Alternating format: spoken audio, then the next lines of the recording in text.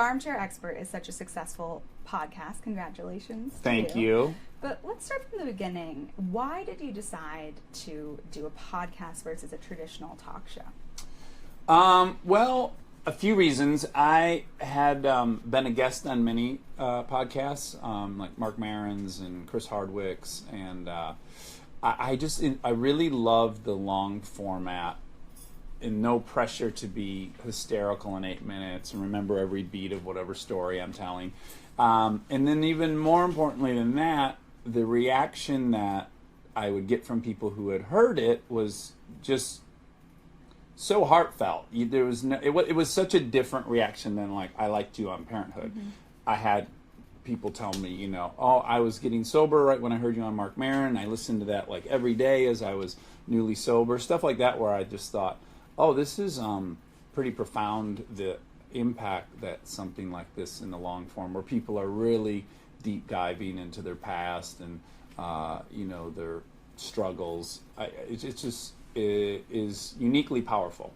Well, and we don't really have a format on television that is 90 minutes, 2 hours. The closest is Sam Jones' show Off Camera, which is fantastic. Again, another inspiration for me to do the podcast was being a guest on his show. I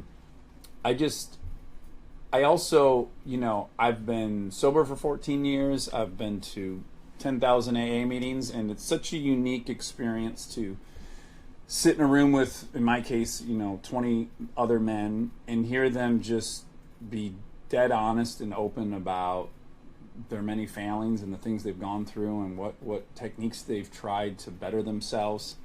And I've always thought it's a shame you have to be a drug addict to get this experience. I just wish everyone could experience this kind of level of vulnerability and honesty. And so, a low-level goal was like just kind of bring a meeting to the masses. Well, and speaking of, something that I love the most about this podcast is you talk to such successful people, but you talk about the obstacles that led up to that success. Yeah. I often say on here, there's nothing for me to learn from somebody winning an Academy Award. That's never going to happen to me.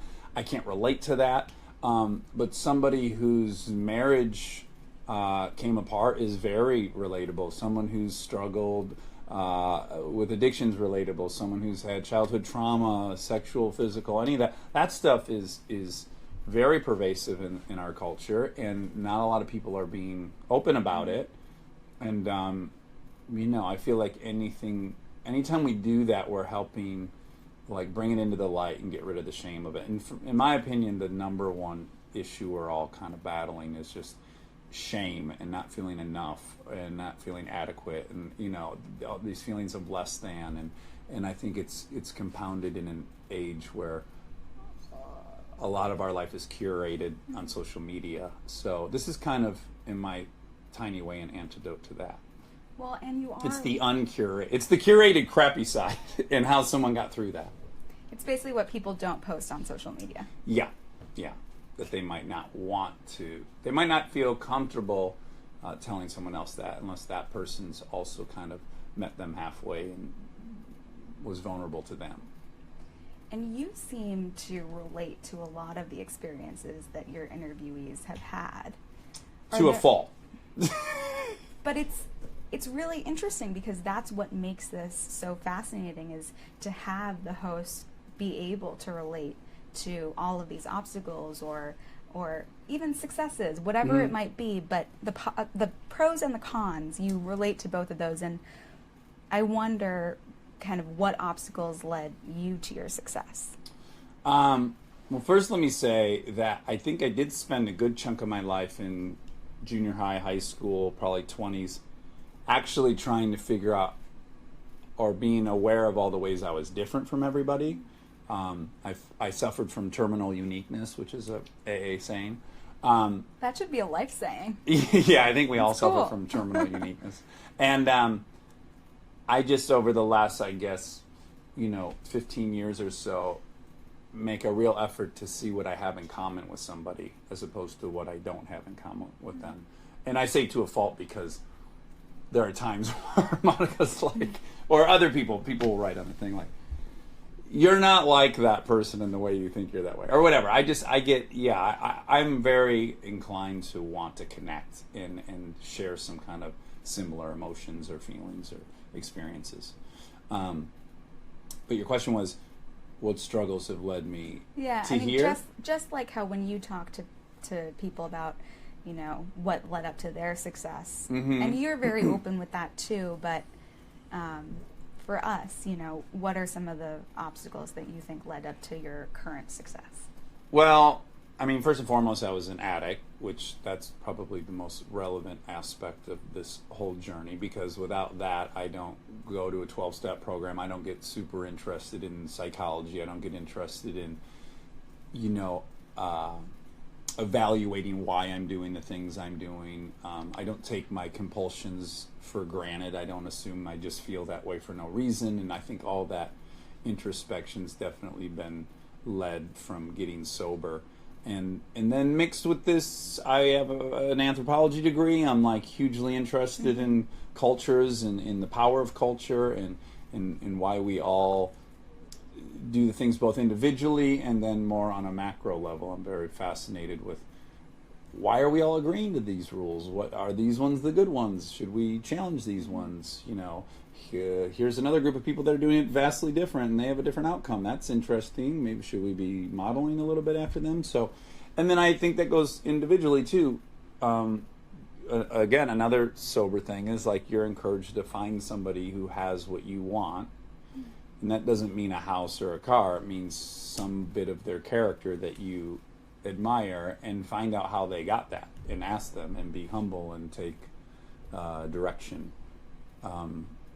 So again, I think it's all just an opportunity to get to know a side of people that we might think have a perfect life, and I'm just maybe trying to dispel that there is no perfect life. There's no reaching the top of the mountain and then you don't have to brush your teeth anymore. You always have to exercise. You always have to watch what you eat. You always have to do everything, And I think people can feel alone in that struggle, and then when they see someone they might look up to going through the same thing, I think it's comforting.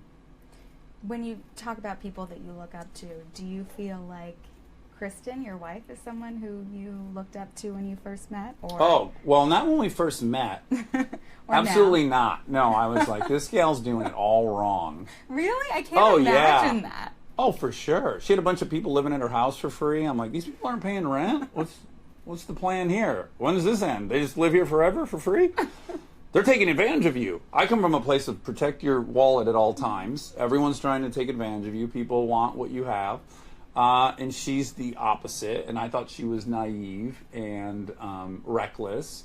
And then the longer I was with her, I could not help but to notice the outcome of acting that way, and it was abundance. It wasn't her getting robbed all the time or taken advantage of. It was her sharing everything she got and then getting more in return.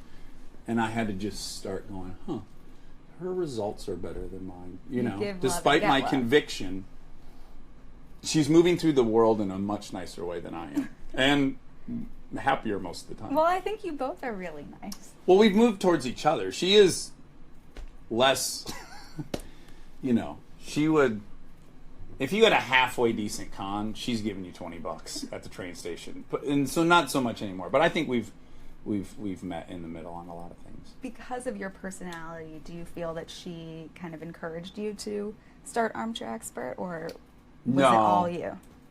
No, she was like, okay, that's cute. You're going to do whatever you're going to do. And then you're going to do it in the garage. That's cute. And then it became big, and she's like, oh, that's good for you. Okay, I didn't see that coming. What I think drew a lot of people and also lured me into the first episode of your podcast was that you did it with her. Oh, sure. And what I think was especially unique was that you both started off talking about how you had just come off of an argument and that you didn't really want to be there talking to each other. Didn't want to be. She didn't want to be there. Yeah, I very much wanted her to be here. She did not want to be here. She wanted to be at Michael's buying fabric, I believe. But you two are so open, and that allows other people, I think, to be open as well. Was that difficult in a podcast setting? Well, a couple things. One, I arrogantly thought it was going to go swimmingly. I was like, oh, this will be a slam dunk. We've done a million interviews together. She'll come in, I'll bang this out in 90 minutes. It'll be a great first episode. And then it wasn't. It was bickering and agitation on both sides for like the first half. And then we found our way back to like, peace and tranquility. And, initially I thought, people aren't going to want to hear us fight for 40 minutes. Who would enjoy that? But I have a pretty strong commitment, as does she, to dispel this notion that like she and I saw each other from across the room and we were perfect for one another and we're star-crossed lovers, because we're not. We're opposites, and it's been a tremendous amount of work. And so I guess at the end of the day I was like, well, that'll confirm that it's a lot of work. Like, it's about, you keep saying it's a lot of work, why not let people see, the other side? People loved it so much because they could relate to it, and right. And having a celebrity couple who puts those arguments out there, you're kind of like, oh, that's normal. I'm allowed to have arguments too. Right. Yeah, if you see us in a Samsung commercial in a beautiful house with the perfect Christmas tree, you're like, I don't know, I can't relate to that. We barely got this crappy tree in the house. It's crooked. Yeah, that's kind of unattainable, but bickering over Michaels is very attainable. Anyone it is, today anyone. And there's so many Michaels out there. Yeah. You really get to the core of a person, and you get to those intimate details of their day-to-day life. For example, with Gwyneth Paltrow, I thought something that was so unique that you wouldn't really get elsewhere was that she talked about how when she was married to Chris Martin, he got up after dinner, went to his piano, started Paradise in 4 minutes. Yeah, it's so cool. What is it about this setting that you think people want to open up to you so much?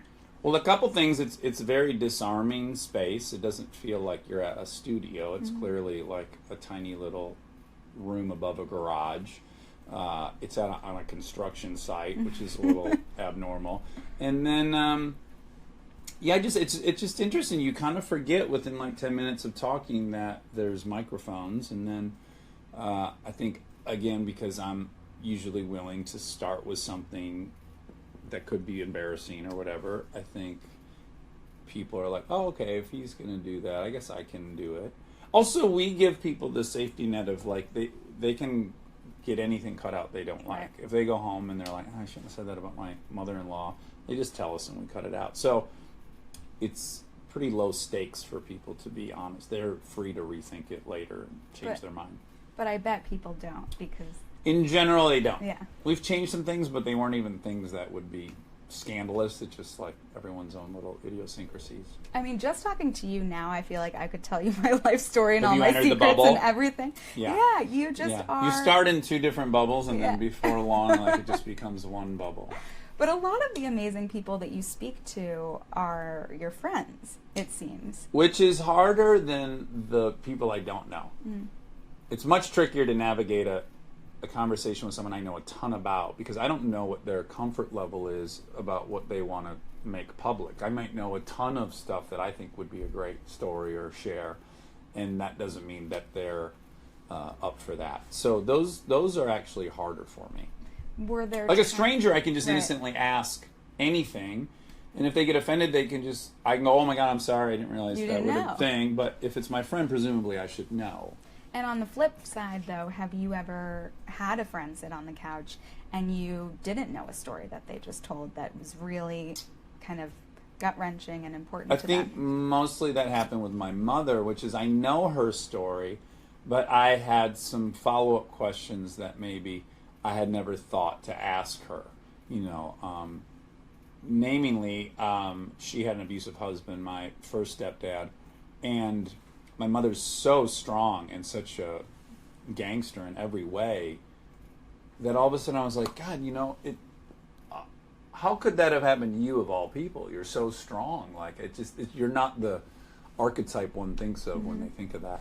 And she's like, the shame of having failed the second time was worse than the shame of being with someone that was abusive.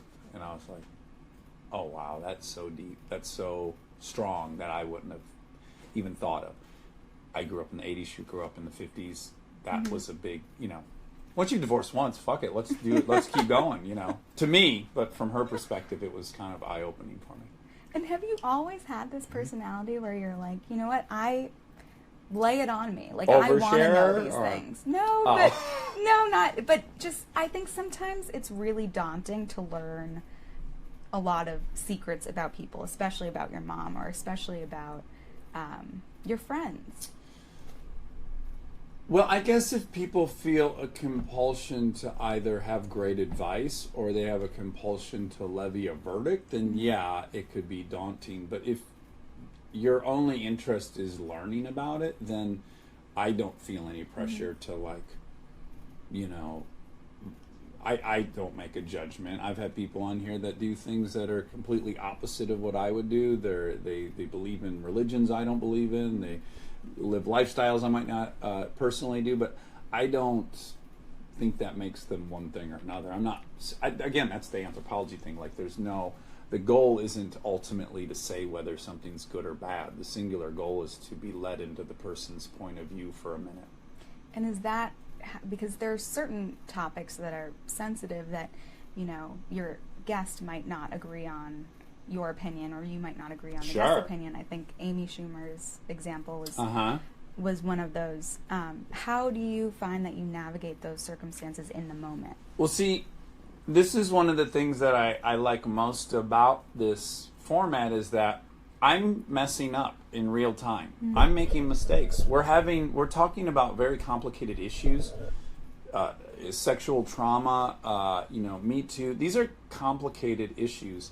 And I think people are so fearful of not stating it perfectly, and the stakes seem so high that if you don't get it right, you're banished. Mm-hmm. This is a rare example of a place where you can go over the line, find out you went over the line, correct your behavior, change who you are, own it all publicly. And I think that's a great thing for people to witness real time, so they don't feel as pressured to. Because I think people just bail out. They'd rather not. It's too, the stakes are too high. So, I'm doing it wrong all the time. But you're doing such a great job. Well, I'm willing to be corrected, I guess. And I'm some things I still, there's a line. Monica and I are still having fights we've been having for 3 years. She inches me towards it closer. But yeah, I've had evolutions just in the last year. There's things that if you listen to the first episode that Monica and I are arguing about, that now I totally agree with her and I'm not doing it anymore. Because of Armchair Expert. Yeah, because we're just hashing it out nonstop. And the more we talk about it, the more I hear her points, the more I think about it the next day. And I'm like, it's kind of valid. But it's slow. It's not, And you don't just have celebrity friends or celebrity guests on. You also have experts on experts. Yes. Which is that because you have this anthropology degree that you studied in college, that you really feel so... that it's so imminent and so important for people to know more about how everything the world works. Everything works. It really just reflects Monica and I's real life interests, which are the podcasts we listen to are largely informative. They're not really entertainment based. They're more professors, psychiatrists, doctors, and so right from the get go, Monica and I were like, how can we make something tasty enough that you'll maybe follow us to the protein-based thing. So, we start on Monday with a celebrity, and then Thursday is an expert. And over the last year, those numbers are now the same. So people have come to trust our kind of curation of these experts. They seem to all be of interest to people, and they get the same downloads as our huge celebrities, which was the ultimate goal of all this. Well, first of all, you have such a large following too, Monica. Thank you. Congratulations to you. Thank you. It's very popular. And your chemistry is really something else. I mean, I love that you say I love you at the end of each episode. Well, we have to because we're normally in a fight. That's the way to resolve the fight, is to say I love you. It's our shorthand. Can't go to bed mad. We're still teammates. Yeah. But our friendship was forged in debate. We fell in love by arguing about cereal. Yeah, the podcast. What kind of Monica was just I was like, what babysitting. kind of cereal? Captain Crunch. She hates it. I'm I love against it. No, Serial, the podcast, Monica just started babysitting, and we got in a debate in the kitchen, and it just went on for 2 hours. She was not going to relent, and nor was I. Yeah. And we've been doing that now for 5 years. 2 stubborn bulls. And so then you were like, we're going to start our own podcast, and it's going to be amazing. That's right. But Pretty you much. call, Kristen your mom. Sure, she's my Dad. mom Well- and my baby And your wife. and my wife. Yeah. Can you explain that? In 4 minutes? I don't think so. I don't We'll know. try. It's a complicated relationship. First of all, do you know what the fundamentalist FDL church is? No. We just take care of each other in all these different ways. Because we have this working relationship and friendship, and the combination of the two has really sort of become its own familial thing. And so at any given moment, I am taking care of her as if she's my child, or I need her to be my mom, or we're It's a pretty beautiful Making relationship to witness. Just this week, 2 days ago, I got a text from Kristen at work saying, I kind of need a hug. And then you walked in her trailer unexpectedly because she sensed that was happening. She took her phone and took over, and she took care of her like a mom. Yeah. But then Monica has received that from Kristen numerous plenty of times, too. times. Yeah, the very next day she gave me a present that I That had was been too wanting. expensive. That was too expensive and too extravagant. Do you know what a Lamborghini Aventador is? It was not. I'm not there yet. Do you know what a Gulfstream 4 is? No. So we're just sort of trading off those. So, roles. and you call Dax your soulmate, right? Or Dax calls you his We're soulmate. soulmates. You're soulmates. Yeah. So how do you She also split is your soulmates time? with my youngest daughter. 4-year-old daughter is also my soulmate. That's probably the deepest. That's how level it of soulmate. started. Yeah. So you essentially split your time in between your 2 daughters, Dax and Kristen. Pretty much. Yeah. They all get a piece. When she's not getting drunk, yeah. I do like And then she wine. leaves and gets drunk, and then comes back. Yeah. So when you started Armchair Expert, the 2 of you, Really just painting a picture of me. Well, the good news is you can only be drunk for so many hours a day because you're with us so That's much. true. I go chug. We're probably saving your life. Yeah. Thank you. Thank Do you need a drink after you hang out with them for too long? Well, it's a lot of time. You guys have excelled at Armchair Expert at this podcast. You're coming up on your 100th episode. What are you looking forward to for the next 100? Well, there's like a couple guests that we're hoping we can get. We have some dream We have guests. some dreams. Can you give me one of them? Oh yeah, Donald Glover. Desperate to Donnie Glove. If you're watching today's show, first of all, congratulations on being up early. Secondly, please come to the attic. And then Mindy Kaling. We want her so badly. so bad. I feel like these are easy for you. Well, you think, but no. you think, but They're you- busy. Both of them are, which is why we want them. They're busy and And then on a tier below that is Matt and Ben for Monica. obviously. Matt Damon and Ben Affleck. Yes. Guys, if you're up, awesome job. And then for me, of course, Brad Pitt and Jay-Z. Yeah. Oh, yes. Yeah. I didn't know that about I'd you. be pretty excited about those guys too. I Look, don't wanna... there's no losers in this Yeah, whole that's group. right. Yeah. Everyone's happy about Well, everyone. not to like put me in the mix, but Matt, Ben, and Mindy are all from Massachusetts. I'm from Massachusetts, so I feel like this is good energy. Okay. It's good luck. Okay. This is all good. Before you guys go, can we play a little Secrets from the Attic? Yeah. Ooh. Okay, I have some questions for you. Ah, we love Spitfire games. questions. How many? Some Spitfire. Oh, Just a few. Spitfire. Okay. Okay. What if she pulled out a book and she... No, just my crinkled piece of paper. What guest made you laugh the hardest? I think Ike Barinholtz for me. Oh, Ike was great. I was about to say maybe David Sedaris. That was a good time. That was. Do you remember a Yeah. story in particular? Well, he told a story about a podium, Playing with his penis Oh, behind I the did- glass I do podium. remember Yeah. and it was quite a story. And we didn't really know him yet. No. So we were listening going, are we going to have to edit this out? Or is this going to take a turn that is safer? Yeah. And then it did. Yeah. But we were on pins and needles. Oh, it was so titillating. It was, yeah. We were scared.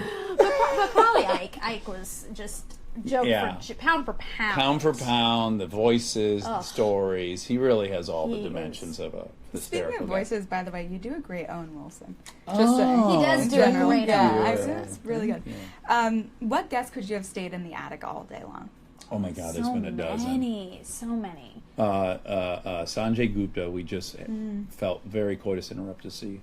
We only had him for an hour, and we wanted him for 7. Yuval Harari, to this day, is my weirdest experience with time and space, because he was in here for an hour, and it felt like 12 minutes. I've never had this experience with time where it's like his person was like, "We got to go to the airport." I was like, "No, we've been talking for 12. We've been talking for," and it was. Yeah.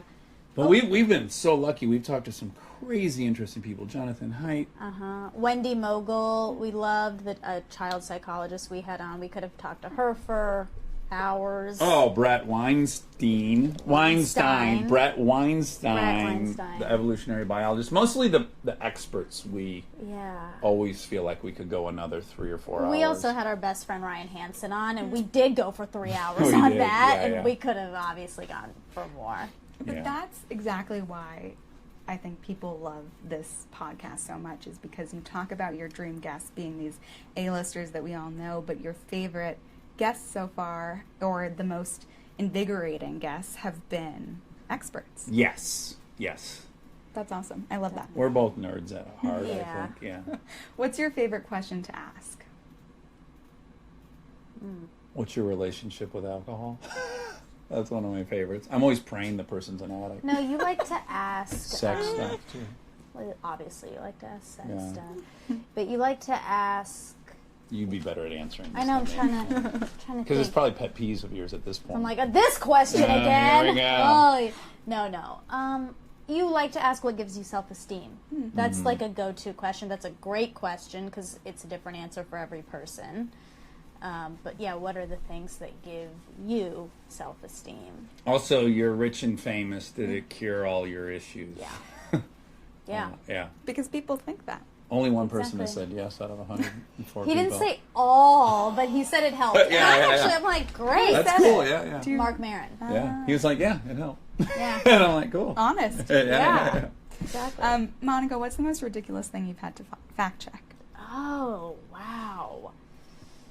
Maybe Coochie. We could never. Charo?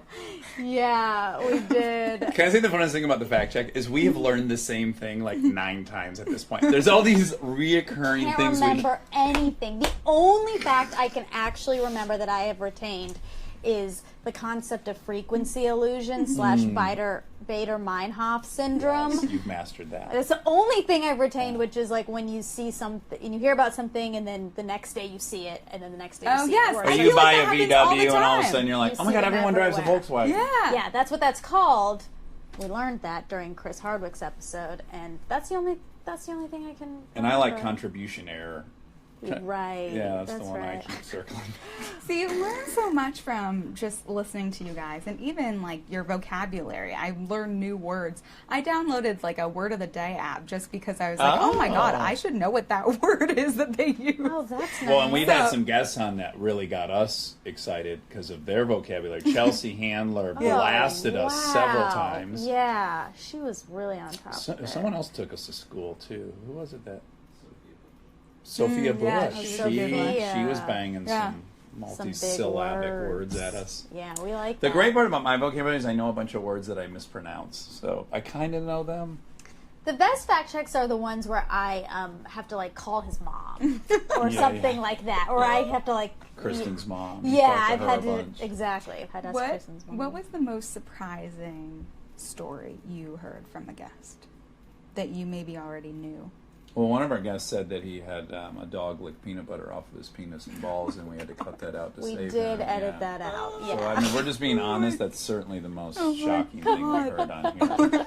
I mean, shy of killing someone, I think that would be second place. Yeah. And I think when you say we create like a comfortable environment, that was the one I was like, a little too comfy here. Yeah. A little too. Good thing we're taking care of our guests as well. Yeah, you did a great job. But you do. I mean, that'd be a career ender, I think. Yeah.